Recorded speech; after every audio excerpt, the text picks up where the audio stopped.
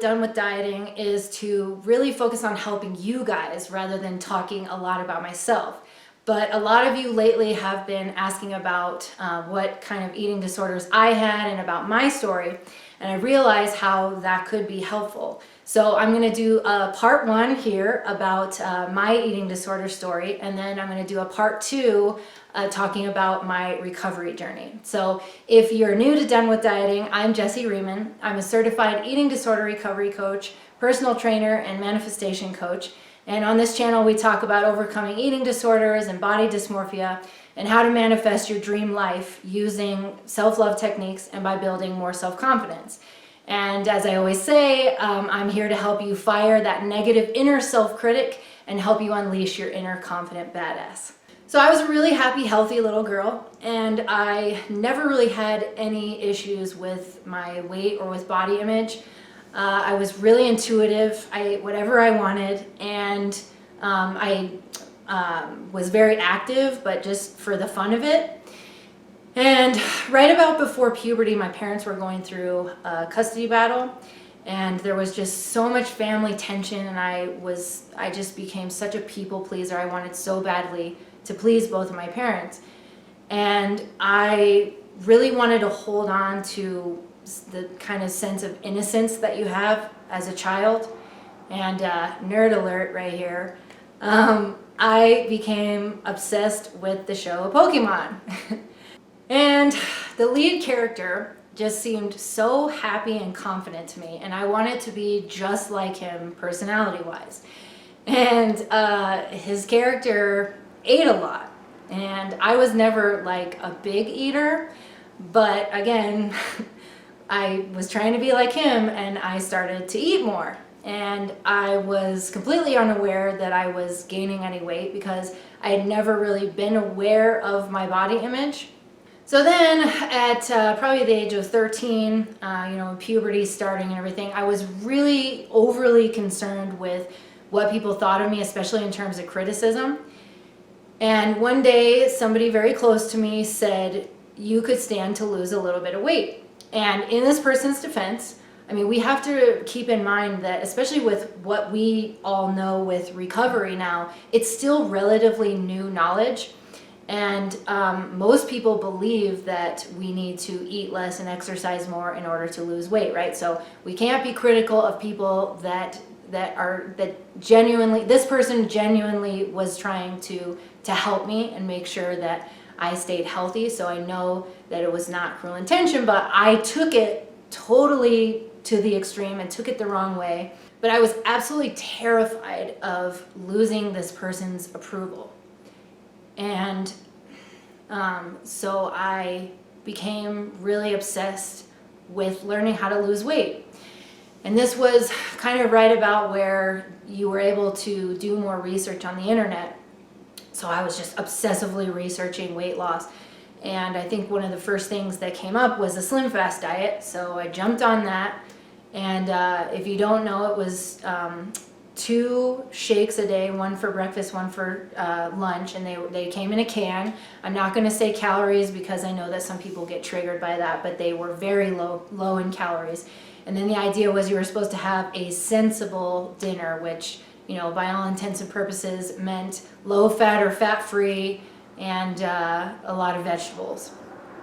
And I also knew that I needed to start exercising, so I got a cardio kickboxing VHS tape, dating myself a little bit here, and started, so it was like 30 minutes I think, and I started doing that every single day. So I lost some weight and started to get approval and praise for it, and at the time didn't see any reason why I shouldn't keep going. And that led to me essentially developing anorexia. And I became obsessed with calorie counting and things being fat-free or as low fat as possible. I barely drank any fluids, which is horrible, but I was so terrified of anything making me feel bloated. So I was at an all-time low with my weight. I had 0 period, obviously. I was cold all the time. I was always angry. I started to struggle with severe upper abdominal bloating like every single day. And while I've always, like from the time I was very little, I've always been very social and outgoing and loving talking to people and getting to know people, I became really isolated and a lot more introverted, I think, because I was just so scared of trusting people, and I just wanted to stay kind of safe within my eating disorder. So senior year of high school, I was in a health class, and the teacher had us watch a couple of movies about eating disorders, and at this time I was still completely oblivious that I had a problem. And one of the movies was called For the Love of Nancy, and the other was called Dying to Dance. And I remember sitting in the dark in that classroom watching each of these movies and just kind of having like a light bulb go off. And I saw myself in these female characters, and I just remember like quietly crying to myself and just thinking, oh my God, that's me, you know, and I have anorexia, and I've got to do something about this. So I remember I went home and told my dad, and I was just crying, and I know obviously he knew that I had a problem, right? But at that time there was nothing anybody was going to get me to do if I didn't want to do it. And so I had to reach, you know, my own, at least the beginning part of breaking point. And I told him, you know, I want to get better. I know I need to recover. So, but I didn't really know how to go about doing that. And so I just kind of started to eat a little bit more. And if you are knowledgeable about recovery, then you know exactly what I'm going to say. I started to gain weight really, really fast. And I was just absolutely terrified of the weight gain, as we all are, right? And I didn't have anything to reassure me that I was doing the right thing, because it just felt like, I'm trying to even remember, it was probably something like maybe like 15 or 20 pounds came on really quick, which I think is pretty normal. So now we move into more of the bulimia phase. And I think it's inevitable when you have anorexia that if you don't go the extreme of not eating, that you inevitably will start binging, even if it's just on your so-called safe foods. And I had started to binge on these like low-fat cereals that I was eating. And one day I just was so full and so uncomfortable, obviously guilting myself, and I decided to vomit purge just what I thought was going to be one time, because I thought that then I could control myself from binging again with all the willpower I had been using with anorexia. And obviously then that kind of snowballed, and it turned into several times a week, sometimes a few times a day. And my health just continued to get so much worse. The constipation got so much worse, and I had not only upper abdominal bloating, but like upper abdominal pain as well. And I was having to use laxatives to even be able to go to the bathroom. It had gotten so bad. And my dad started to take me to all different kinds of doctors, and nobody was figuring anything out. And we finally decided to go to a gastroenterologist who wanted to do both a colonoscopy and an endoscopy to see if there was anything wrong inside. And did that, and there were no negative results. And I remember the doctor just saying that I needed therapy because it was all in my head, which, you know, in retrospect it kind of is, but that's not the best way to handle telling that to a patient, right? Because it makes you feel so hopeless. I continued to vomit purge several times a week. Sometimes it was every single day. It just really depended on the week. And I bumped my exercise up to 2 hours a day of cardio, even though I was completely exhausted every single day. And my weight actually kept going up, and my health kept getting worse. Okay, so now we move into kind of more of the fitness obsession part.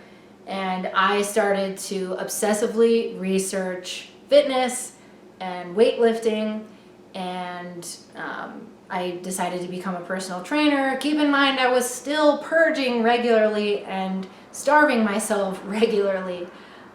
thinking that I could be a health professional.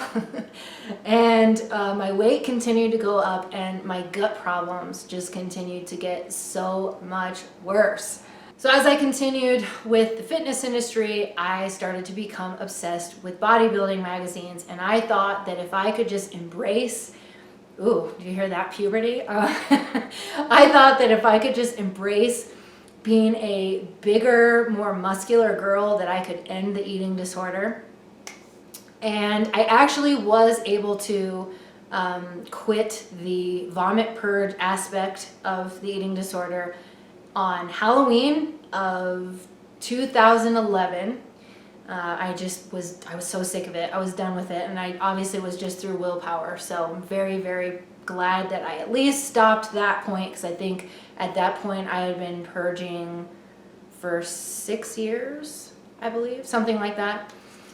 And this is when I started to develop more and more food sensitivities, and had some testing done, and at that point I was sensitive to gluten, dairy, soy, corn, chicken, and eggs.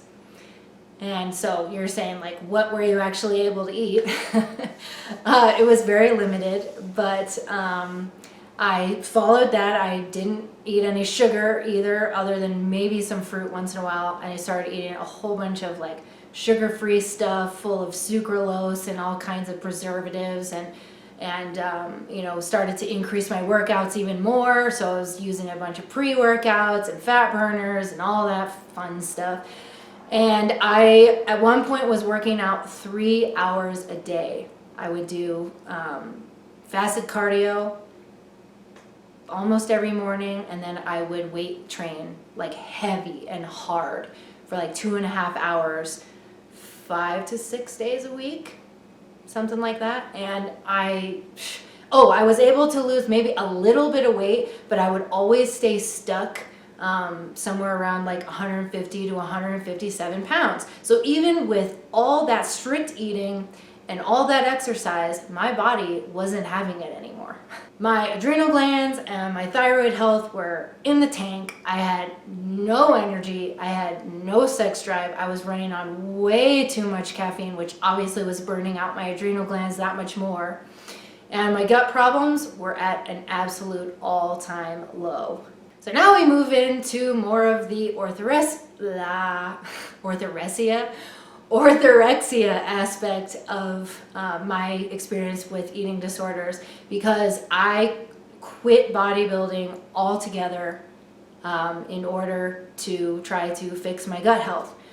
But because I still hadn't fixed the deep down inner issues, I now became obsessed with researching gut health and how to fix my gut health, and like diets and stuff. So I did body ecology, I did the GAPS diet, I did specific carbohydrate diet, I did the paleo diet, the autoimmune paleo diet, the keto diet, the bulletproof diet, anti-candida and anti-SIBO diets, and I still wasn't really having any. There would be like minimal progress in terms of symptoms, but I was not solving the problem from the root cause.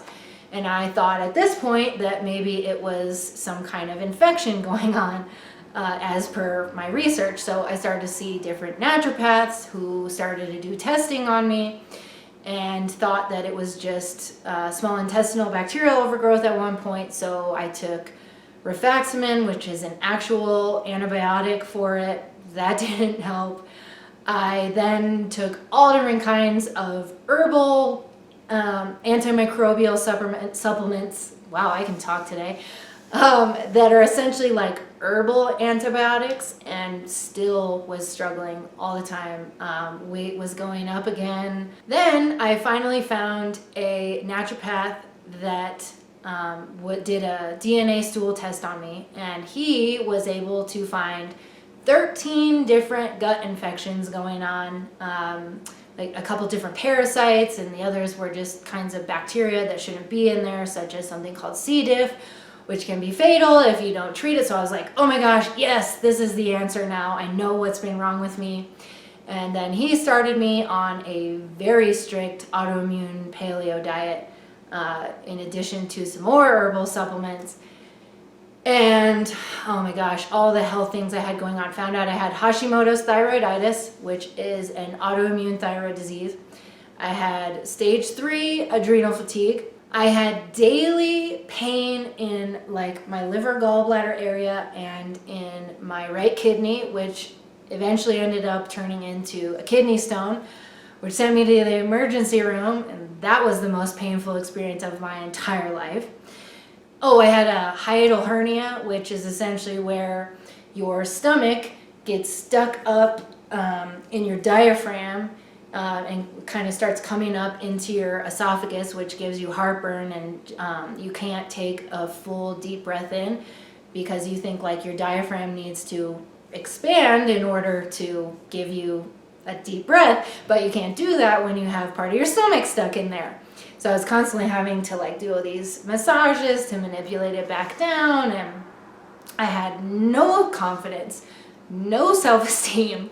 Oh, and I started finding that, you know, I was binging on even just like almond butter and stuff, which obviously makes complete sense. And so I started, well, I should say I quit buying it. And then I would eat like cooked chicken in the middle of the night from the fridge. And so then, because I still thought it was a willpower issue, I started to put all my food in the freezer, and then I would like all my cooked food in the freezer, and then I would reheat it as I needed it. Well, I started to wake up in the middle of the night, you guys. This is so gross, but this is a clear example of starvation. And I would take pieces of cooked butternut squash and I would let them thaw in my mouth because I was so hungry in the middle of the night. And I still thought that that was a willpower issue. How crazy is that? Of course I was starving. And I remember so many days just sitting in my room on my bed crying. I'm sorry to say this, but begging to die so that it could just all be over because I was so sick and so, I'm sorry you guys, so sick and so miserable every single day, and I thought there wasn't an answer, but there is. But I did find recovery, and I did get help, and I was able to get fully and completely recovered. And I was able to drastically improve my health. So please stay tuned for part 2, where I go through all the details of my recovery journey and how I was able to take my life back. So thanks for hanging in there. I know this was an emotional one, you guys, but there is going to be a happy ending.